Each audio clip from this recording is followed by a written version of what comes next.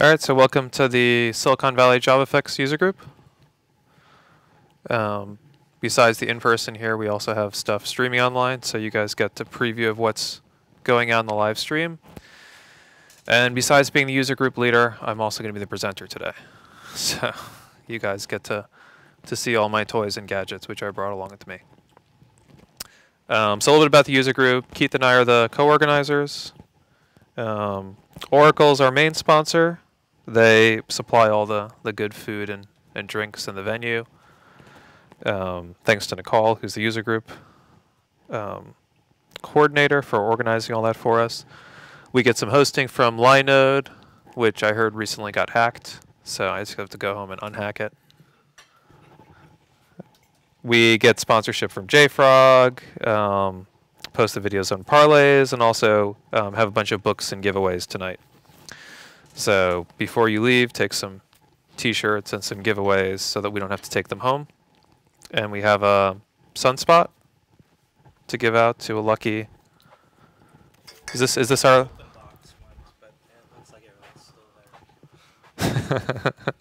So this is like a collector's item. These are completely out of production, and they're a really cool small embedded device. So one of you will be lucky and get to take home a sunspot. And besides that, I have a bunch of other devices and things which I'll be showing tonight. Let's see, IntelliJ license as well tonight, probably, for somebody. We'll figure out an equitable way to give that out. Oh, and I didn't bring enough for everybody. I'll bring more next meeting, but I have some stickers as well, so you guys get night hacking laptop stickers. And again, we'll figure out an equitable way to give those out. All right, so I have a lot of devices to show, so we're gonna, if you guys are okay, I'm gonna spare you the embarrassment of being on camera. We'll just start the presentation straight away. Is anyone here new who hasn't come before? Okay, welcome. See, now you learned your lesson. I think you were the first one here, right? Yeah. Okay. But in general, even though the start time says 6, we're actually never here till we're never ready till 7. So the food's at 6. Presentations start at 7. Okay, so besides being the user group leader, or the co-leader, I'm also a Java technology ambassador or evangelist for Oracle and the Java 1 content chair. Stuart, my coworker, we were supposed to be co-presenting last week or last month. And it turns out that I let Stuart do everything. And then we agreed to move all my stuff to this meeting. But if you have questions about Java Embedded or Java Lambdas, both of us can answer them. And I'm also the Java 1 content chair. So we have a discount code if you want to go to Java 1 for JUG members. So Keith should know all about that. You posted that? Yeah. So if you're interested to go to Java 1, let me know. Yeah, so you want to get in before the early bird discount, because the JUG discount stacks on that, right? Yeah. Okay, and the theme for tonight is a theme park, because we love theme parks. So at our Java theme park, we have some Legos, some development boards like the Raspberry Pi. I'm going to show you a homebrew tablet, the DukePad. And also Java running on iOS and Android.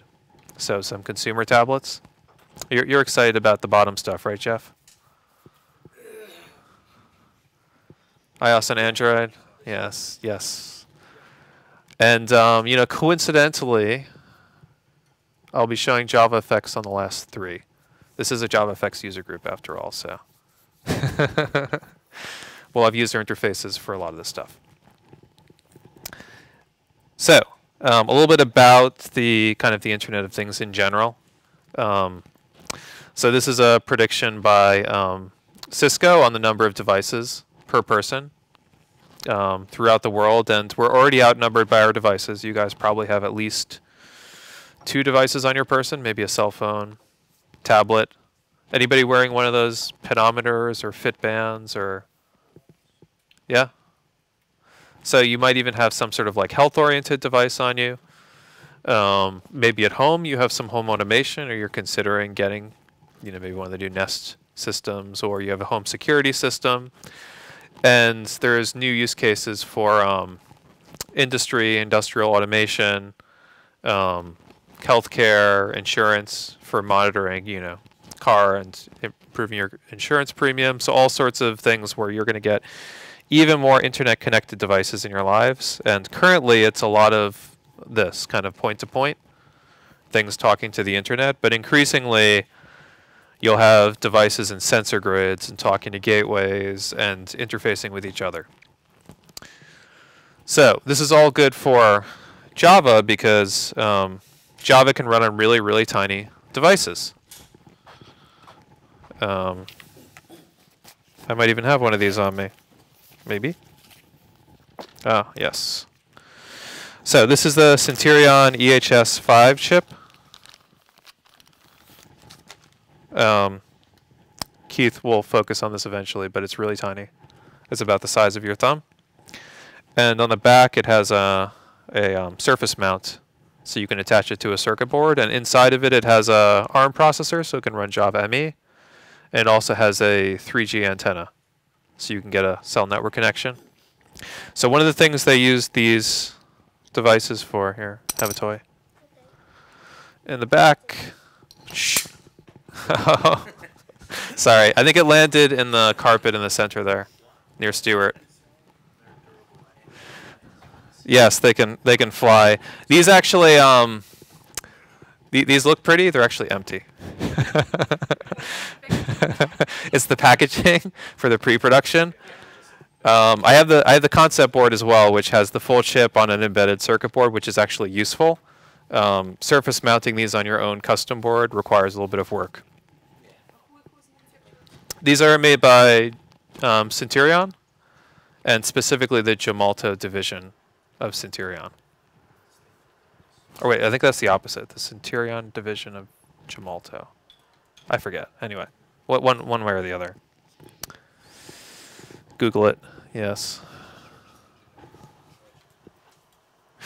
Okay, and they're really tiny. And one of the use cases was I used these in the rainforest to track deforestation of trees.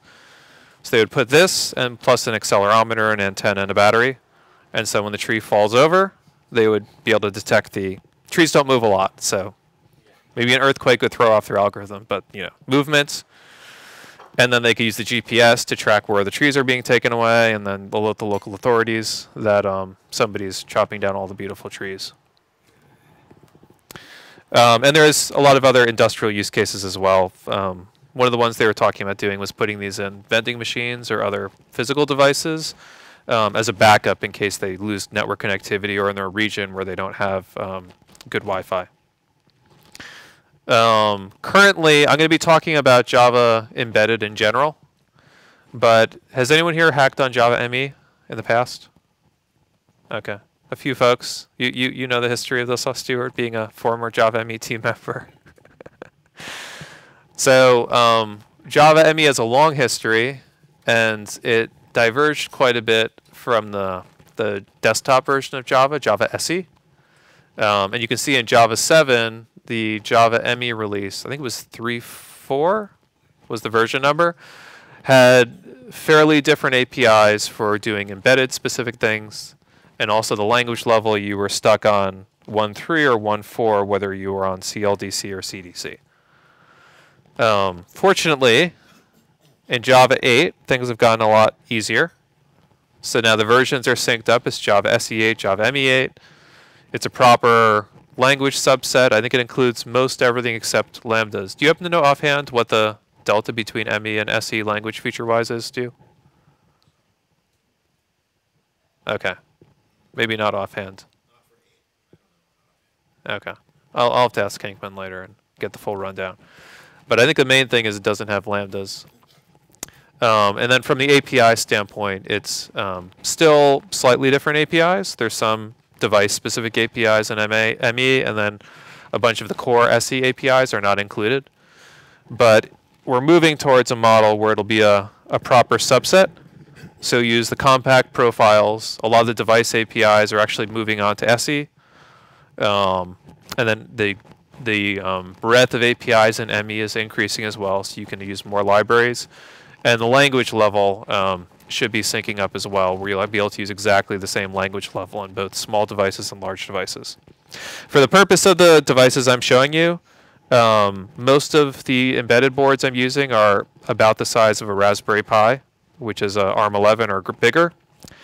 And for those, Java SE is a good choice. Raspberry Pi also happens to be the reference platform for Java ME, but typically you'd use Java ME on smaller devices than that. It can run on a much smaller memory footprint. And for questions, we have a microphone. So please pass this back.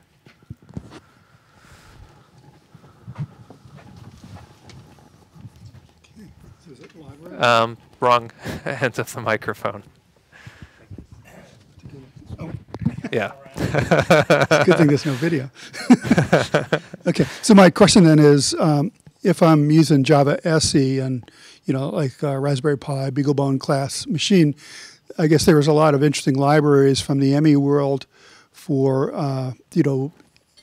interface buses like I2C and different stuff like that. Has any of that stuff been ported to the Java 8 version? Or Yeah, can it be that's an called? excellent question. So for Java ME, Java SE 8, not yet. But we are working on porting the device I/O access API, which is released in Java ME 8, to be also available on Java SE. Right now, what you can do is you can use open source libraries. There's a library called Py4j, and that's what I'll be using in the demos I'll be showing you. But then it's very easy to port that code over to the device access API later on. And you can be on the same code on Java ME and SE for accessing devices. So they're converging, and I'm assuming none of you guys are embedded C hackers, but this is great news for folks in the embedded C world who have been stuck without garbage collection, without portability, without a large developer community. This is kind of the rundown of why you'd want to upgrade from C to Java if you were using existing device APIs or existing embedded development. And there's a lot more Java developers in the world. There's about 9 million Java developers worldwide, as opposed to the number of people who can do systems embedded programming in C it's fairly specialized. All right, and then here's more information. This is the IoT community portal that my co-author, Jim Weaver, you guys probably know a little bit about Jim, right? Some people. Okay. But anyway, he's now running the IoT community portal and building out a community site around the Internet of Things and embedded Java. Okay, so our first use case is going to be our buddy Lego Duke. So who helped me build this, Cassandra? Yeah. Okay. So that's my daughter. She was a co-conspirator in building Lego Duke. He uses the EV3 platform, the latest version of Mindstorms. You've seen one of these in our house, right? Yeah, we still have it. Yeah, that's really old. It's a nice antique now, but you can't really run really advanced programs on it. LeJOS, which is the sensor and API for getting Lego stuff working on Lego Mindstorms, or Java working on Lego Mindstorms, actually supports RCX, NXT, and EV3, but EV3 is the only platform which actually is powerful enough to run a full JVM on the device. So in this case, it's running a special version of Java SE Embedded and LeJOS to access the sensor APIs, and deployment is just drag and drop jar files to the device over a secure copy or something. So it's really convenient. Anyone have a Lego Mindstorms at home? No? Okay. Get one for your kids or for yourself, for the big kids. It has an ARM9 300 megahertz processor, 16 megabytes. Or wait, yeah, 16 megabyte flash, 64 megabytes of RAM. There's an analog to digital converter built in, so that allows you to hook up analog sensors without having a separate processor on it. And it has 4 motor ports, which is what's powering the wheels, and then 4 sensor ports. So I have a gyroscope and various sensors inside of it. If you want to, let's see, motors, sensors, light sensor, ultrasonic sensor. These are all the things which come with the kit. Infrared sensor, a remote control. The one thing which, if you want to build a model like this that you'll need is a gyroscope, and that doesn't come in the retail kit, like if you bought it in the Lego store. But it does come in the education kit. So it's slightly more, but I'd actually recommend the education kit since it comes with a rechargeable battery and the gyroscope. You can also buy the gyroscope off the Lego website for some exorbitant shakedown fee. They'll sell you anything part by part for extremely high prices. And then you can put LeJOS on an SD card, so you don't even need to flash the device, and then run a full Linux operating system. And there's more details on the LeJOS website on how to set this up, but I've proven that you can set this up very quickly because I had to get this ready before one of my trips. So I started at like, I don't know, 9 p.m. And I managed to set it up from scratch with the new SD card before I went to bed. So it's fairly quick and easy to get started building an image from scratch. Booting it up in the Lego Mindstorms, and then copying over your first application. Right now he's kind of boring. Yeah, he's very boring. We should make him move. Okay, here's a simple program. And here's how you run on the device. Okay, so you're gonna help me out here? Alright. Here. Have a Duke. Okay. So, You wanna switch to full screen video, Keith? you put on the table or No, not the table. floor? Yeah, try the floor. Well, try somewhere Keith can point the camera. Maybe over there is better, on the side. Okay. How do you start him up again? The button? Well, I didn't start the program yet. I have to SSH to him. Hold on. What's his IP address that it says on him? Is IP like 0.4.0 or 10.0.1.1? Okay, and what's the next one? 10.0.1.4? 4. Okay, and so I'm just switch back to the desktop for a second. And can you help me out with the mic, Jeff? Here, yeah. If you wouldn't mind, just, you know, wherever there's talking. So if Cassandra's talking or someone's talking, My pleasure. just point the mic at them. Okay, yeah, so I'm SSH'd into it. Very secure password. It's blank. See, that's why I got my site hacked, because I have blank passwords. Yes. Okay, and you can just run it like a normal Java application. This just adds the EV3 classes onto the class path. And that's the output of the program running. Switch back to camera. Okay, do you remember how to boot up Dookie? I Put- think you press the middle button. Well, on his hand. Well, wait, his hand? Yeah, his right arm. Oh, that's right. The version you helped me with didn't have a hand. Yeah. All right, anyway, lie him down on the floor on his back. Yeah, the first version we built it into his nose. You would poke the nose and Oh yeah, the nose. start it up. The nose is funner though. Yeah, that was fun. Now you hit the buttons in his hand. Okay. Stand him up. All right, there you go. All right, and this is a little IR remote to control him. So hopefully he will turn. There we go. And walk. Oh. Isn't he turning too much? Yeah, he's turning way too much. He's going to get dizzy soon.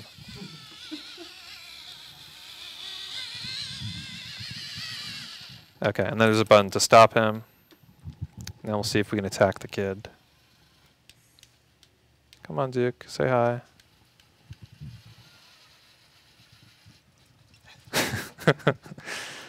All right, so we can control him via a little remote, and that's Lego Duke and Mindstorms. Say hi to Jeff.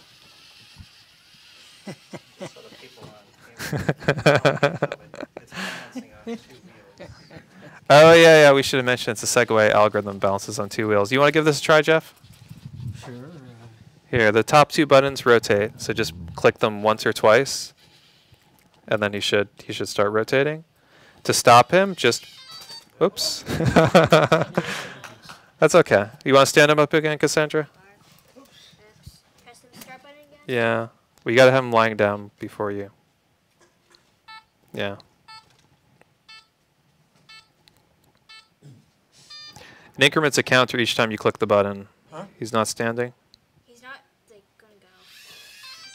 Oh. Okay. Lie him down. Try again. Can I stand him? You can try. You have to like bounce it.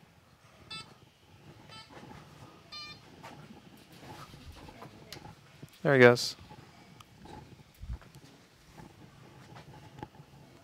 Is the remote busted now? Occasionally the remote gets unhappy and doesn't work.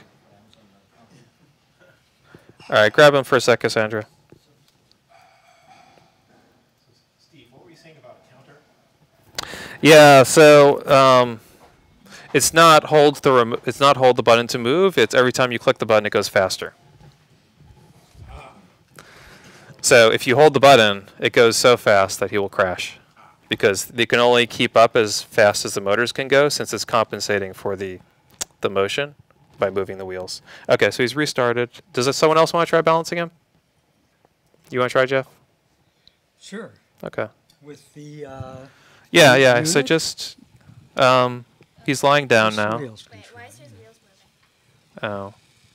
And Well. then you try and pick him up with the unit. Yeah, you just have to stand him up, and he should keep. Gives me something. I think these are the motor ports down here.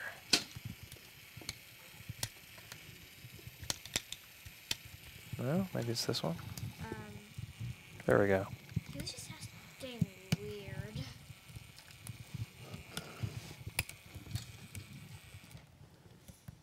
Okay, I was happy. Isn't that something? So, Lego. So I can stand him up by doing one of the 2 buttons, huh? No, you have to press the button on his body. Right there. Which the red one? Yep. Just push it. Mm-hmm. Now stand him up. Now stand him up. Yep. Now let go. Oh, if he was happy. That's what I get for resetting all the motors while the program's running. Okay, rebooting again. 3rd try's the charm. Be more adept. Should I press it again? Yeah, give it a try now. Okay.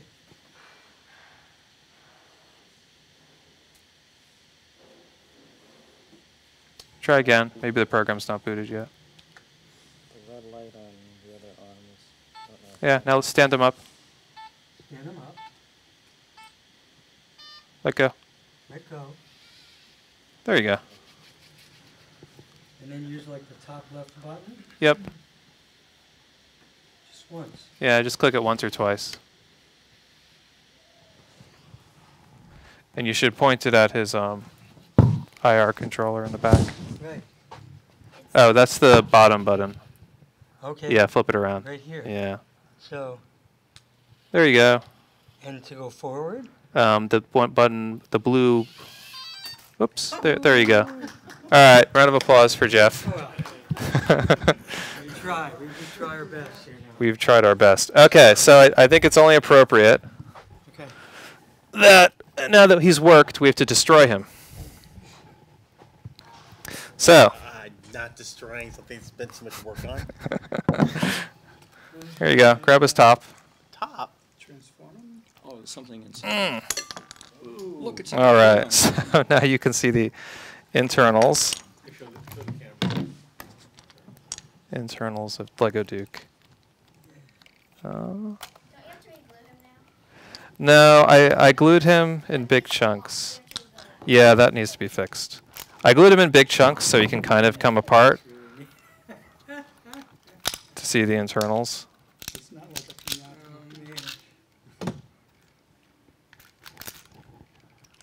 pinata. Ooh, that didn't come out too well. There we go. So VR.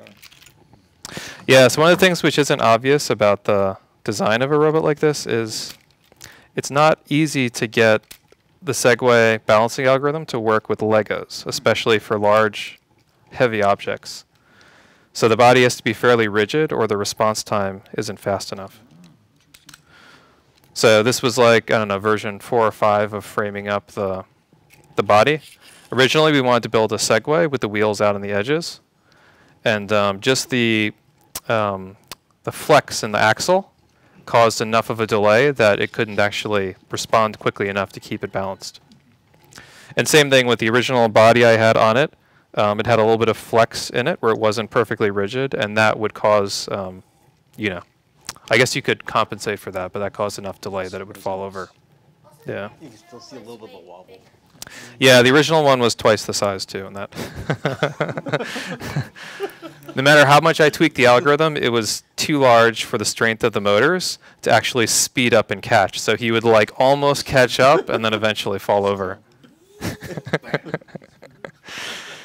But yeah, this is several versions later, and then we rebuilt it after Java 1 because somebody stole it out of Angela's car. So I think they expected to get a laptop because he was in a backpack. So they broke the window and snatched the backpack. But all they got was a Lego. They probably dumpstered it. So pass them around so you can see the insides. Looks cool. And thanks for your help, Cassandra.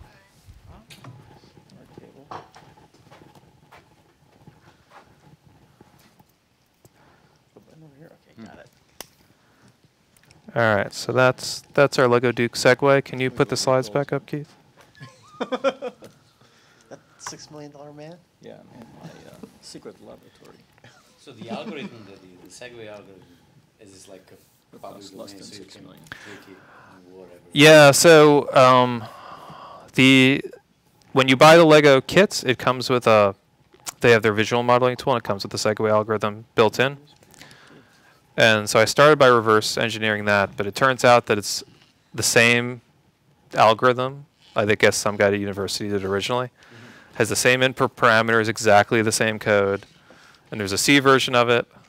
The LeJOS guys helped me out with this because they actually ported this on an early version of LeJOS to build the Segway, so they gave me the Java ported version of it.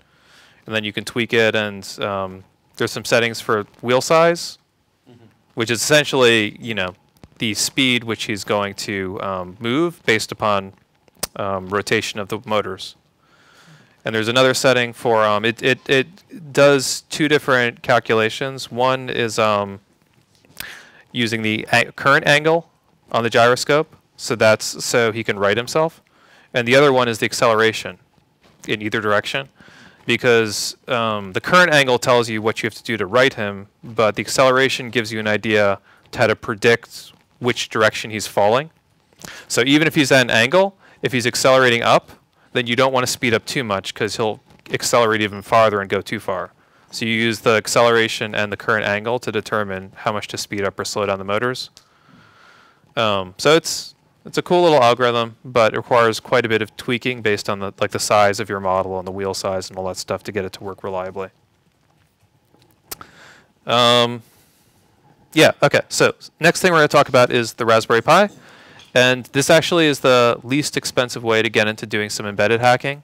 It's $35 for the Model B, which is the one I'd recommend. That has an Ethernet port and more memory. The Model A is nice as well. It uses a little bit less power, and it sacrifices Ethernet and some memory to achieve that. This is the pinouts on the Raspberry Pi, but basically it's a computer plus GPIO. So the GPIO lets you hook it up to like sensors and devices, which I'll show you some examples of.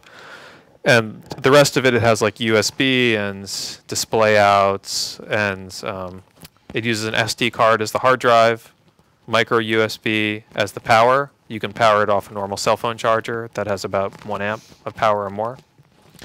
So it's really easy to get started with, and the most common use for the Raspberry Pi is actually Home Media Center. You can download a free version of XBMC optimized for the Raspberry Pi and plug it up to your TV as a very cheap set-top box. But of course, you know, your Java hackers, you'd much rather be doing Java on it.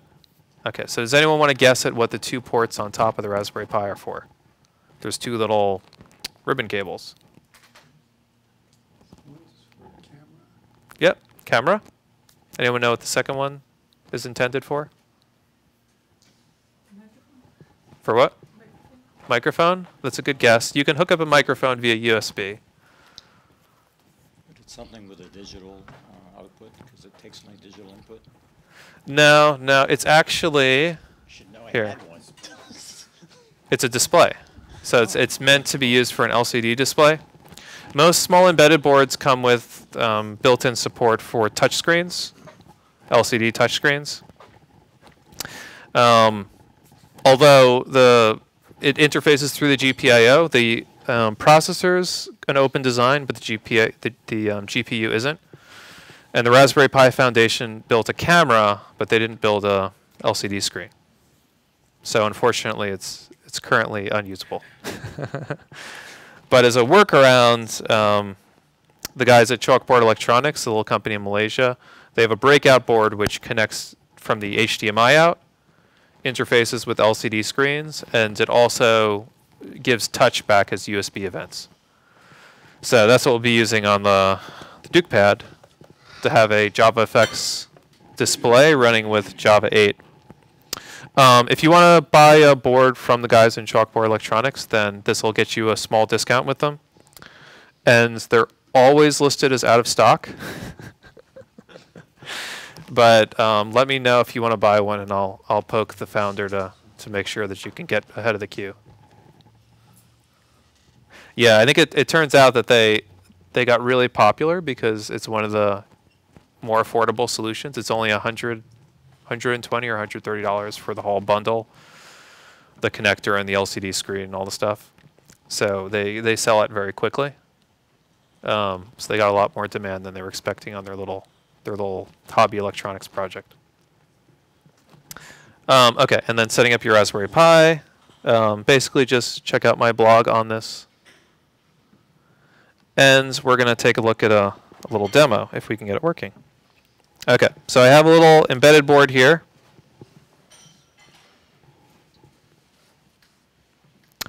And it's a Raspberry Pi, which used to be attached to the board and came off through my travels. A breadboard. I have an analog to digital converter hooked up to this as well, so that's built into the Lego Mindstorms, but for Raspberry Pi it is digital GPIO only. And I have a little LCD screen, which is from Adafruit. This hooks up our I2C, and it has a little daughter board which handles all of the LCD controls. So we're going to see if we can't get this working with a touch sensor, pressure sensor, and a light sensor. Okay, pop back to the computer/video.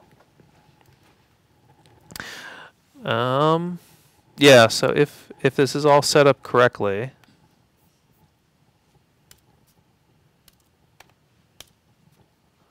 we hopefully should have an extra device here. Aha, LCD test board, good.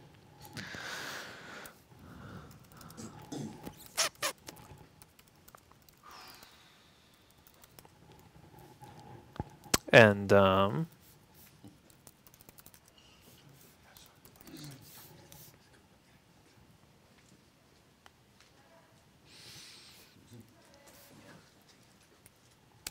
as usual, stuff doesn't want to work. LCD test board.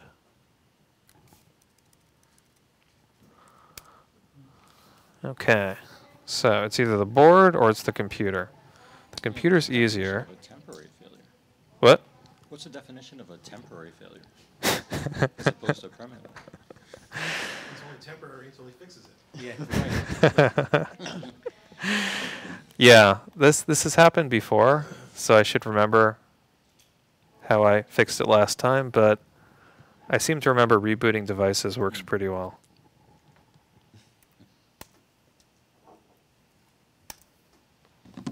Okay, that didn't work. Let's try this one.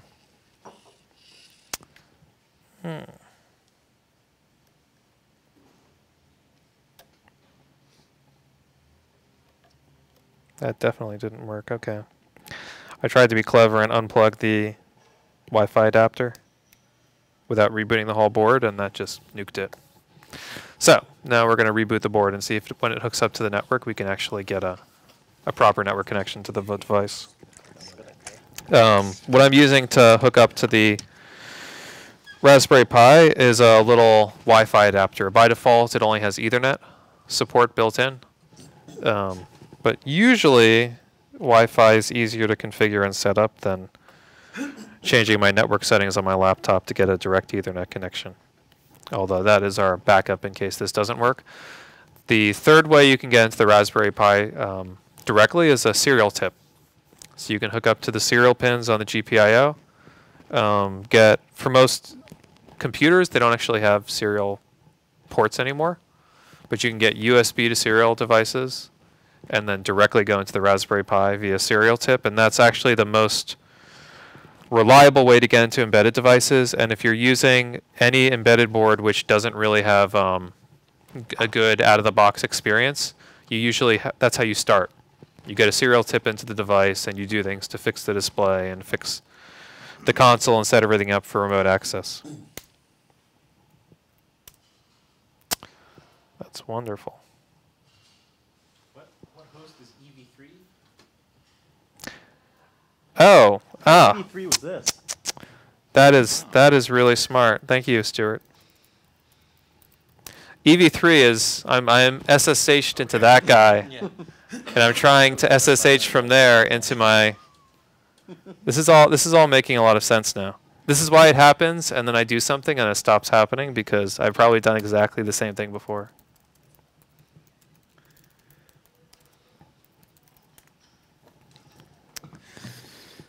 Yeah, and now we're on a different command prompt, which has a much higher chance of success.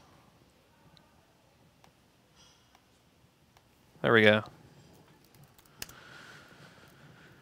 Okay, so now we're in the Raspberry Pi. No warranty.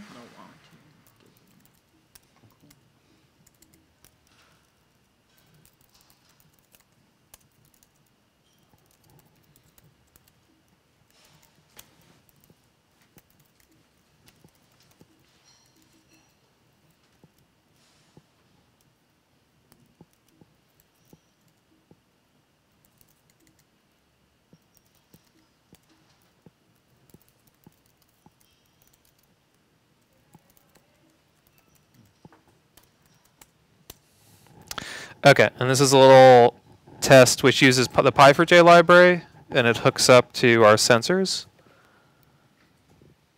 And like any good demo, it's not working. I can tell it's working, but the LCD board here isn't.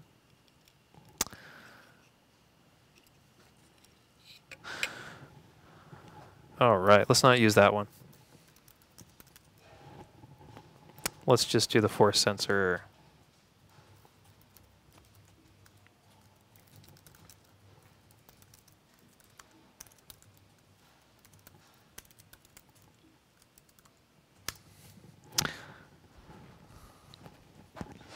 Okay, so this is reading the values from the force sensor. Cassandra, you want to help me out? Let's see how strong you are.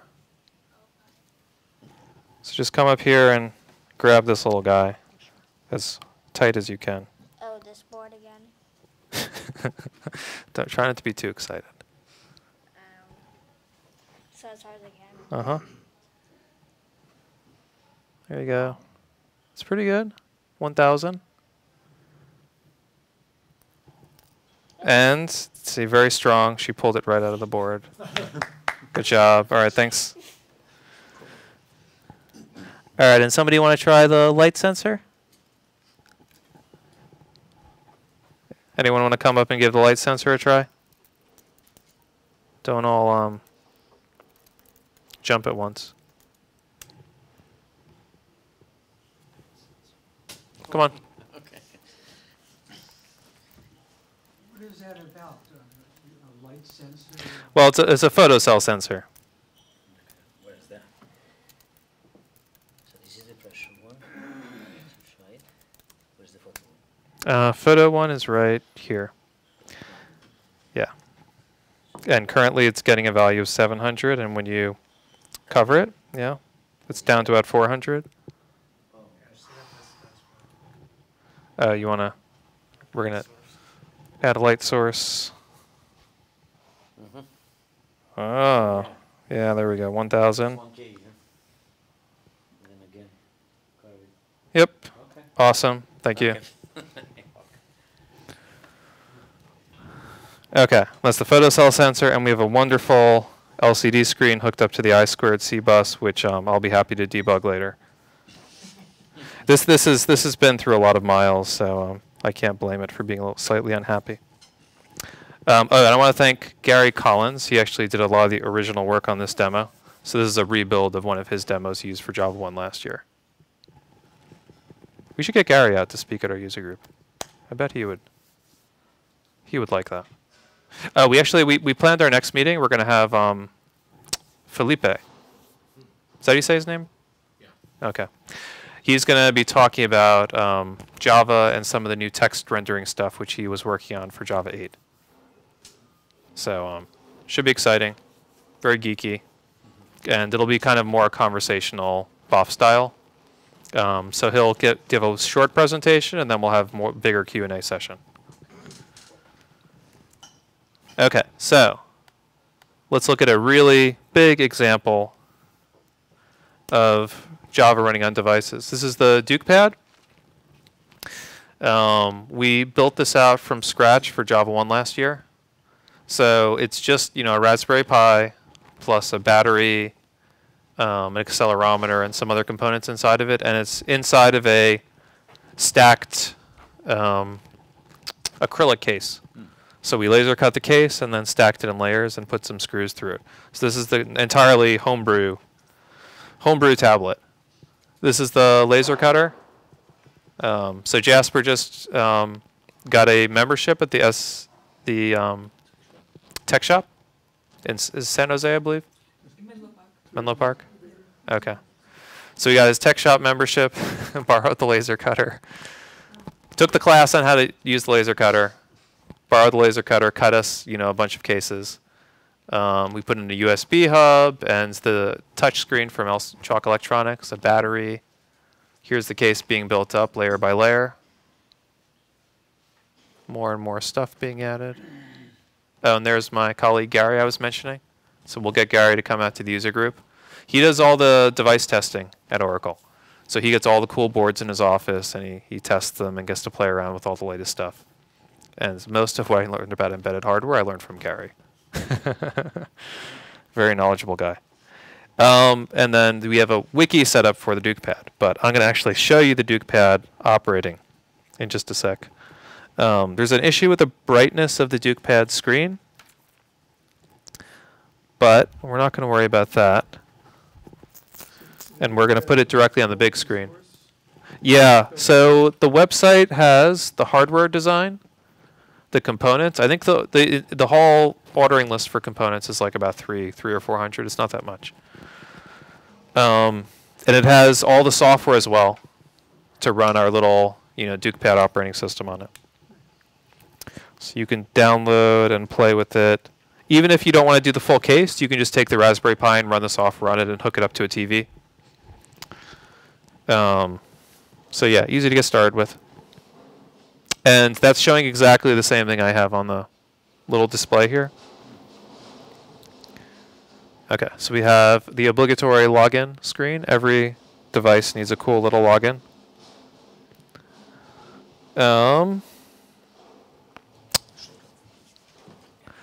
So what's your favorite JavaFX feature in JavaFX 8? Anyone like 3D? Yeah, it's pretty cool. Yeah. What if you solved the puzzle but didn't get the Java logos right? Yeah, so I think the way Rubik's cubes work, the orientation is fixed when it goes back. Is it? Oh no, but you can swap the corners. Yeah, so you could solve this. You could solve this incorrectly by having the. No, I think it's fixed. Yeah, so if you solve the colors, you would automatically get the faces in the right spot.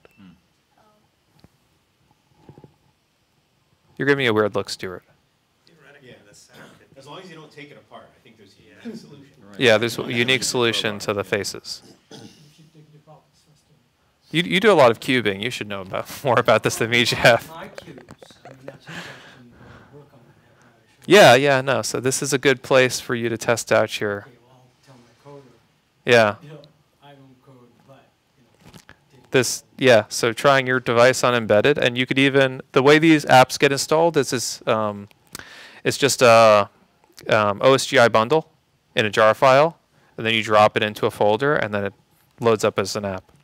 So it's fairly easy to write your own app and then deploy to the DukePad. Will Java work at all at this point on an iPad? Yeah, so we will get to that. Okay. Good question. Here's the fossil game. This is a nice example of what you can do with JavaFX. Who wants to try playing the fossil game?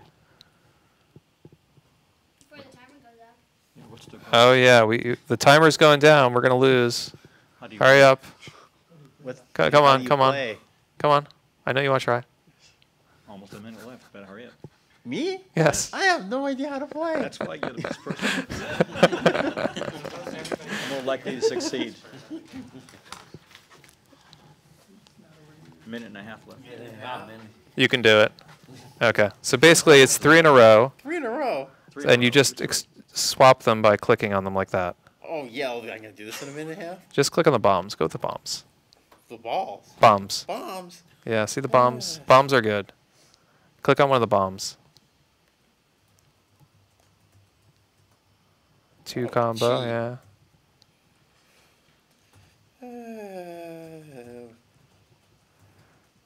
One of the other tricks to this game, if you start at the bottom, your comboing chances go up. Really? Yeah, because there's more blocks which get repositioned. You have to click on 2 of them. Click on one, then click on another, okay. and it swaps the position, but Oh, one at a time. swaps. Yeah. Okay, got it. 45 seconds. No pressure. I missed that part before somehow. Well, that's right. So this is a knockoff. Yeah, very good. Yeah, exactly. Go for the orange here. I got a yellow one.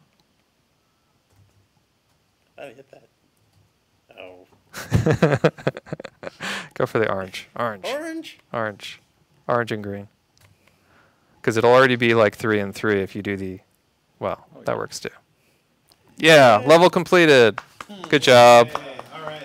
Good job. You're hired. And you even got a time bonus. 48 time bonus.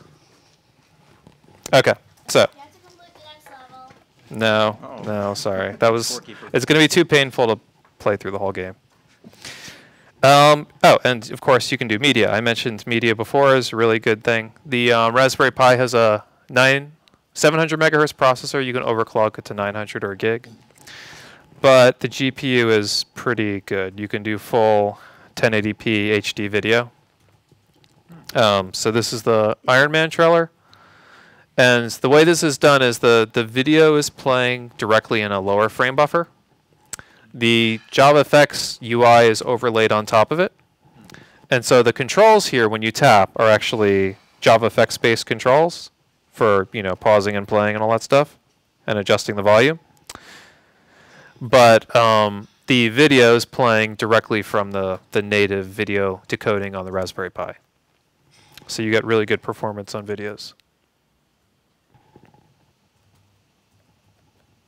Okay, and then music and other stuff as well. So, Raspberry Pi with a JavaFX user interface, and I believe in JavaFX 8, where the JavaFX SE version has full support. The Java 8 SE embedded version has full support for all the JavaFX stuff, except for media, you have to do a trick like I showed you with the frame buffers, and the web browser isn't supported either on mobile devices. But other than that, you can use the rest of the JavaFX APIs. Okay, so I'm not going to, well, I guess I should go back to slides. Where's my cable?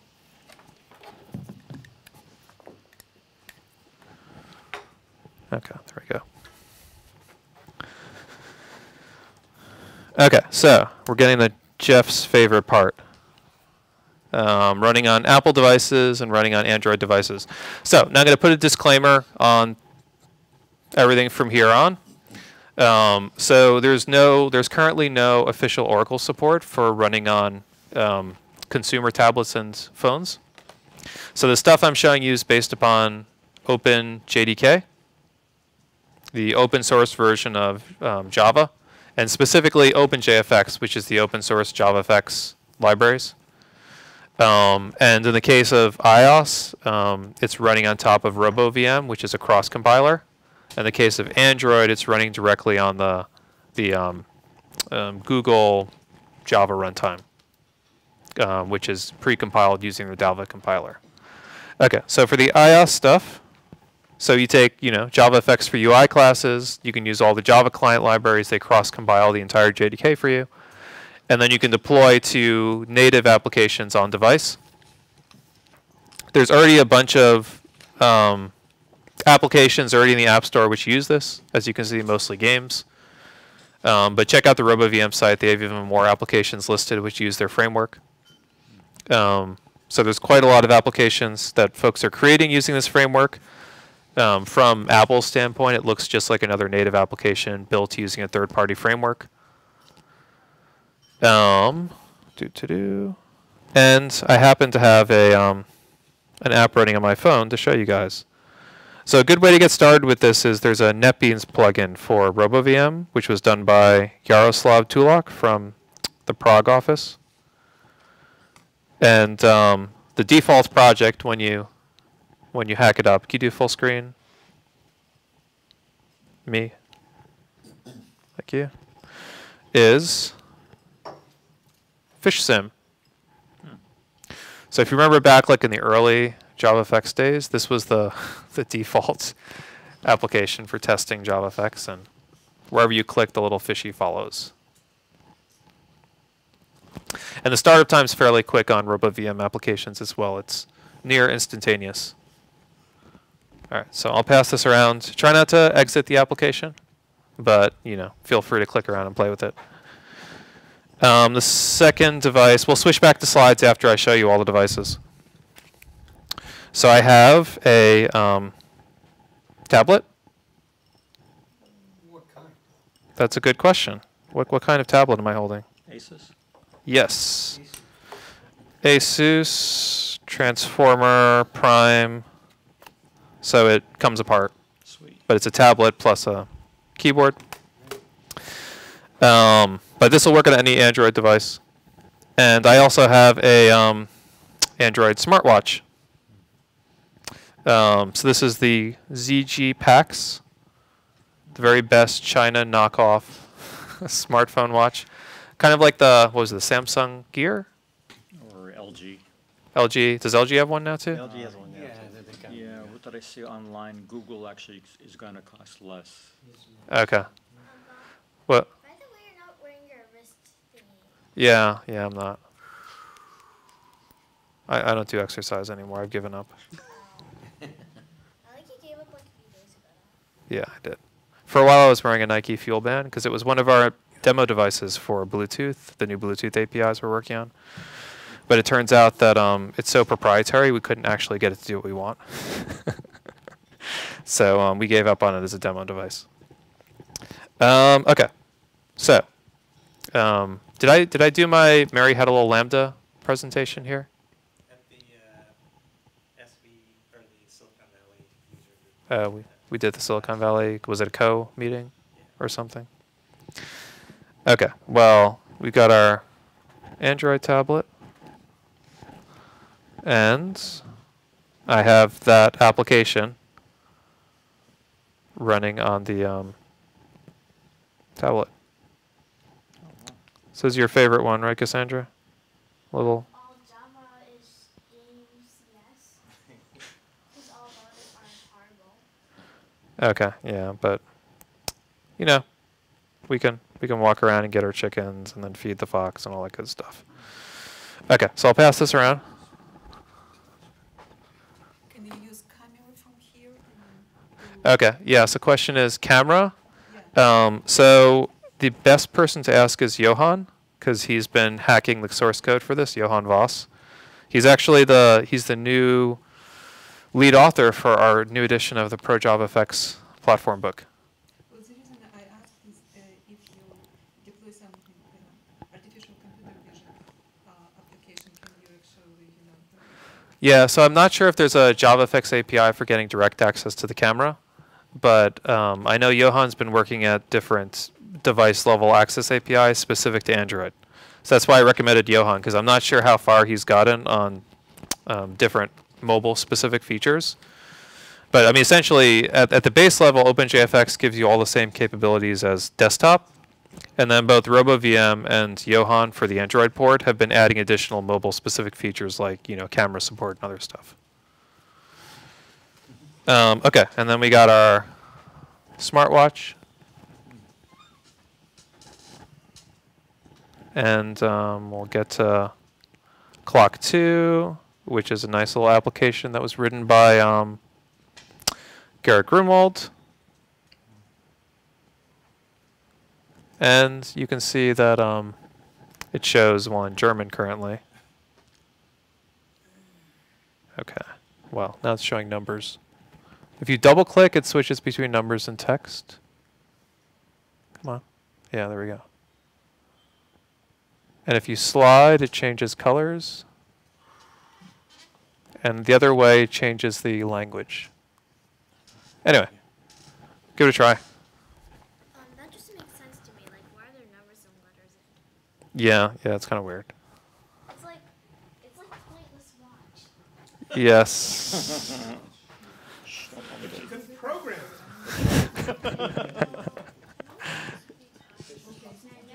The fish is caught in the corner. It won't come out anymore.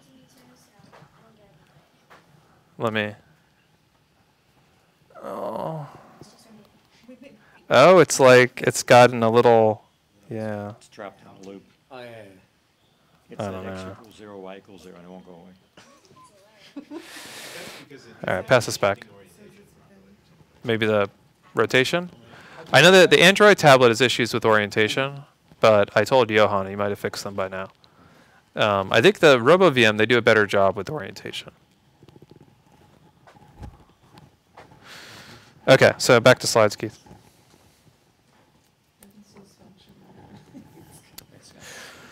So for JavaFX on Android, as I mentioned, this, unlike like on iOS, it's a cross compiler. On Android, you're simply chugging it through the Dalvik compiler and then building an APK file.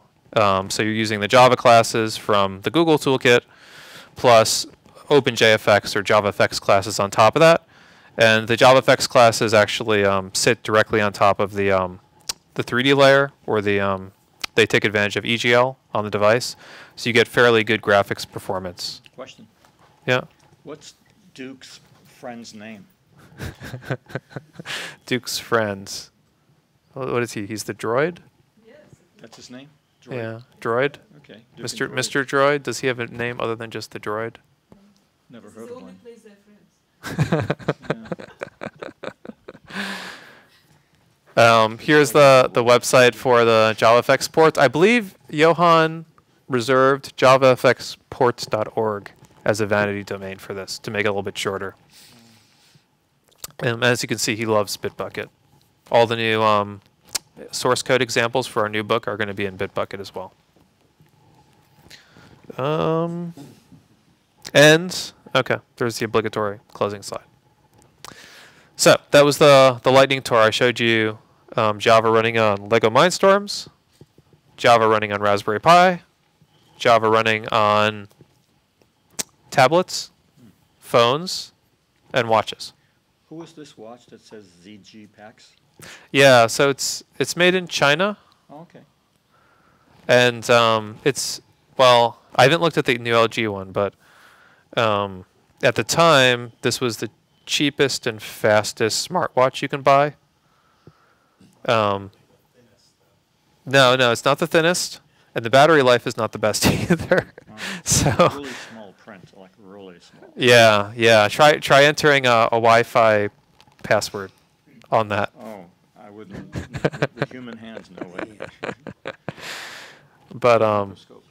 it's reasonably functional. When I was in, you have a question, Jeff? Well, I'm just wondering, so. We should probably be passing around the mic. Pass the mic to Jeff, and make sure it's unmuted. With the app that I now have, which is, made using Java. Thanks. Thank you, sir. sure, With the sure. app that, I have now, my most recent one coded using Java or JavaFX, is that playable or made usable on the Apple iPad? Yeah. So with some minor porting work, you should be able to get your application running on iPad using RoboVM. Using what? RoboVM, which is the framework I. Robovian? Here, RoboVM. Thank you. RoboVM, JavaFX, FX on iOS, so I can just refer my coder to that. Yeah, Go with that. Tell them to give it a try. Okay. And you. it's. Yes, sir. It took me. So I just did a quick out of the box test with the new NetBeans plugin, as I mentioned, that you already built, and RoboVM. And it took me like half an hour to get RoboVM and everything working, and it took me 3 hours to deal with the Apple certificate process to get the proper certs and I've done this before, right? Because I wrote a Flash on Devices book and I did iPad apps and all that stuff. But so level of effort wise, JavaFX is a little effort, and the rest of it, which you have to do for any iOS application, but the rest of it's quite onerous. If you just want to run it yourself, do you have to go through a lot, or that's only for? No, well, I mean, even for your own applications, they have to be signed with your developer certificate and then deployed to the device. So you have to go through the same tool chain to get it working. I mean, once you've got that set up, publishing to the App Store is not a big deal. I mean, their approval process is a big deal, but getting in the App Store is not. Comparatively speaking, when I was doing Android apps before, it was relatively easy to get stuff through the tool chain and in the store, and the certificate process was less onerous. So that's a much lower barrier of entry on tooling. Apple they have a monopoly on their little store, and they can force you to go through whatever they need to.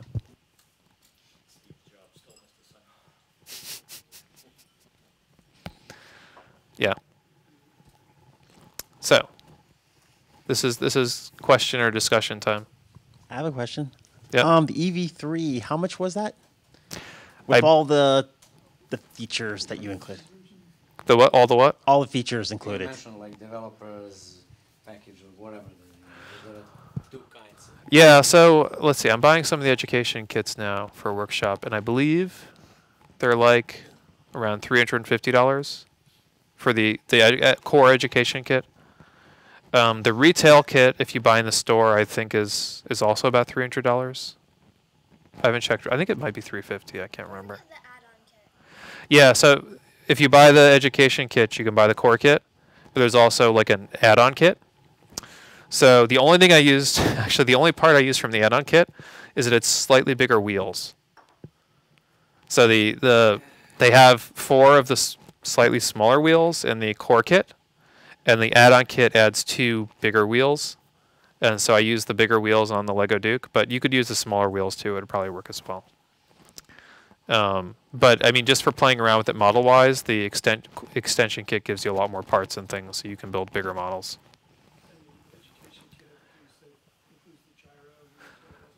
Yeah, so the main differences between the education and the retail kit are, so the retail kit uses batteries, and the education kit has rechargeable. The retail kit has an IR sensor and a remote. The education kit has a proximity sensor. What do they call those? Ultrasonic, yeah. Ultrasonic sensor instead. And the education kit has a gyroscope, and the retail kit doesn't. But I mean, in general, for hacking and building your own stuff, I think the education kit is more interesting parts. And the rechargeable is nice as well. Although actually, I'm not using it anymore because I blew one of my rechargeable power adapters in Europe. It's one of the only adapters I have which is not auto switching to 220. And I didn't realize it until I plugged it in. It wasn't a big pop or anything, but it just never came back to life.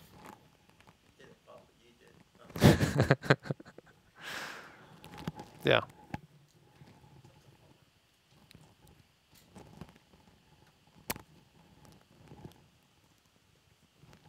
Were you watching the IRC chat at all, Stu? Yeah, it seems really quiet. Okay.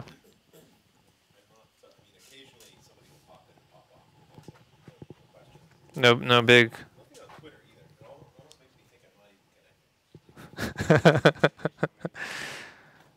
Perhaps.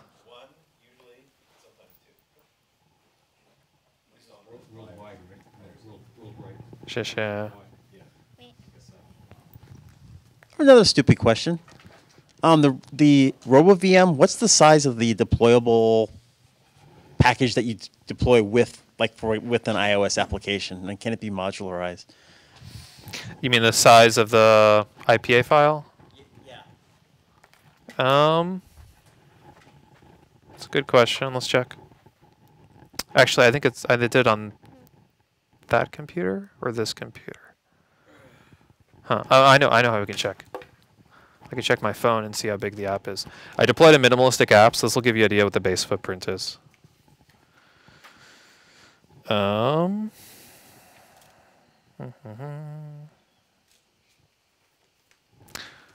So,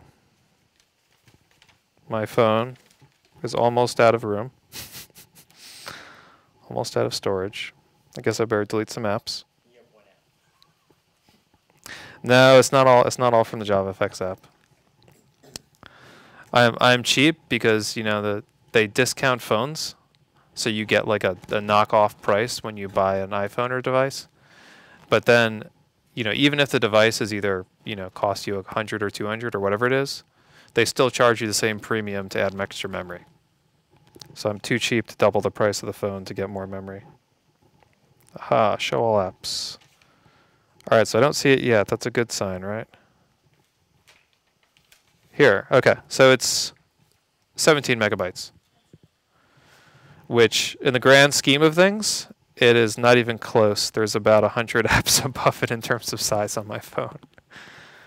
And if you had a large application with a lot of stuff in it, then the incremental footprint wouldn't be that much bigger. A lot of that's just the base framework for RoboVM and the Java core classes.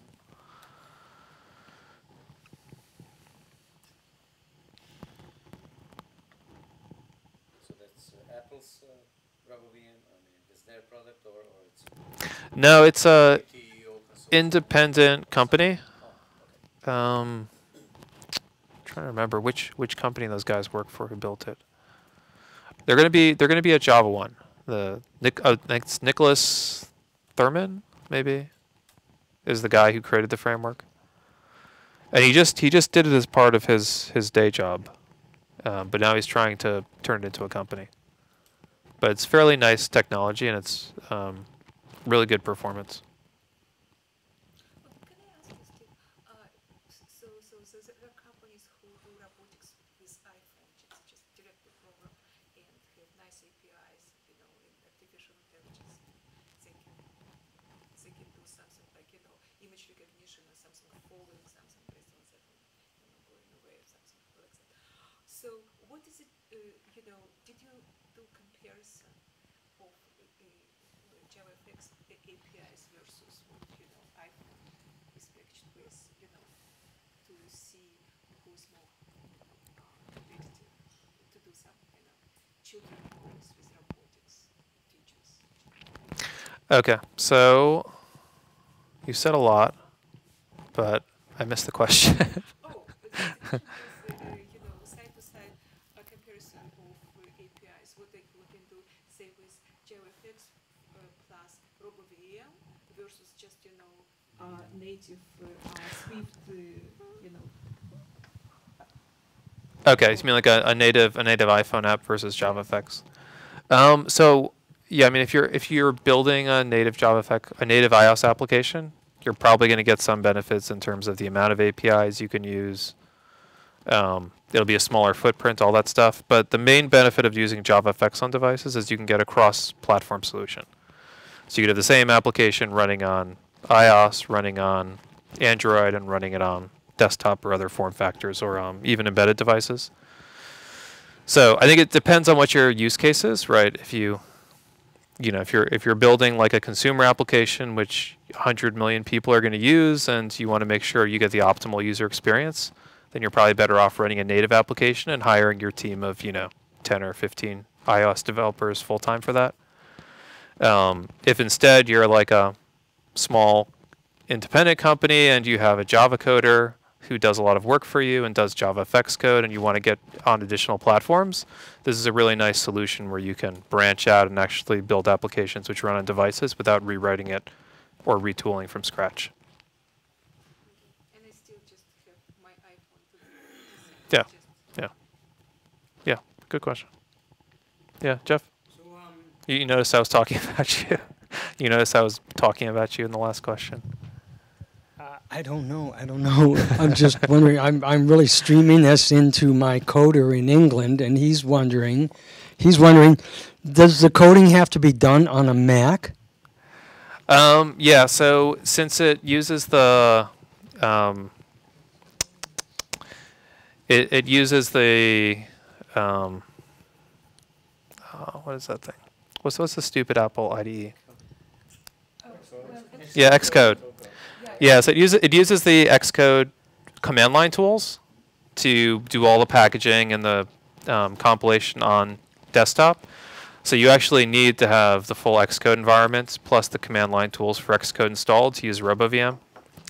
If he doesn't have a Mac computer, there's a possibility he could run like a virtual box or something along those lines, but I think that's more challenging than just getting the right hardware. Yeah, that wasn't too successful. And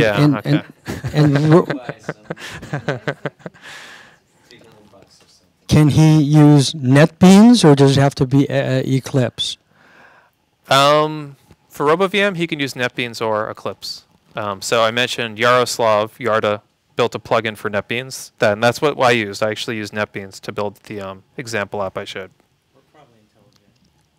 So either one. Yeah, you could use any Java IDE you want, but Eclipse is the one that they have built-in plugins for with RoboVM.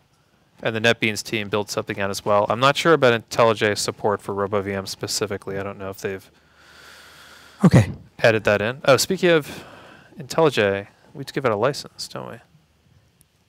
Oh, we have to give out more stickers. Okay. Yeah. Thanks. All right, so. Eclipse is better because you can do Android with your Eclipse with plugin for Android as well. So anyway, I would use Eclipse. I couldn't hear. That's fine. So who wants to be in the running for an IntelliJ license? Who doesn't already have one? For what? IntelliJ. Three people? Okay, so you three are up. Do you have an IntelliJ license already, Jeff? I don't know what that is. It's a Java IDE. It's Java IDE. It's like Eclipse or Oh, yeah, if that's something that I could pass on to my coder. Yeah, you could. Okay, all right, now we have 4. Yes, sir. 4 people who are interested. Okay, I'll jump in. Okay, five people who are in the running. Yeah? A what? No, well, I don't know. Does that work on anything? I think it's just IntelliJ. IntelliJ makes ReSharper. It's one of their other products. It's only an ID. Yeah. Okay, so what's a good question? We'll do it by presenter question, but now I have to come up with a question. So, can you name one of the differences between Java ME and Java SE? Just raise your hand. Good, good. Okay, you win. IntelliJ. And we have runner-up prizes. So, runner-up. Come back next month. You'll probably get an IntelliJ license. Thank you. Here. And you already got your sticker. Okay, and we have to give out the hotspot. Sunspot. Sunspot. So, who actually would put this to good use and wants to be in the running? I would, but I shouldn't be in the running. You got one already? Is Jeff? this something that, again, I could pass on to my coder to help code for my apps? Yeah, no. Don't bother. It'll be a distraction. Okay. Get him a Raspberry Pi. That'll be useful, and it's only $35. Okay. Okay, who wants to be in the running? One? Okay, one. Here you go. I considered. Thank you. You can send it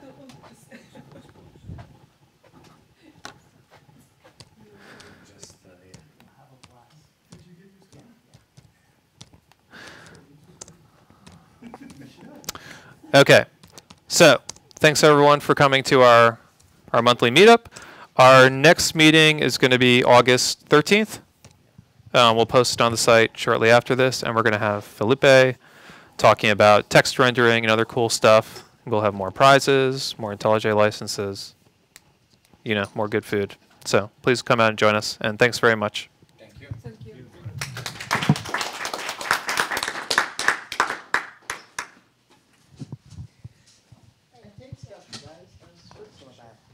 You're good at collecting hardware?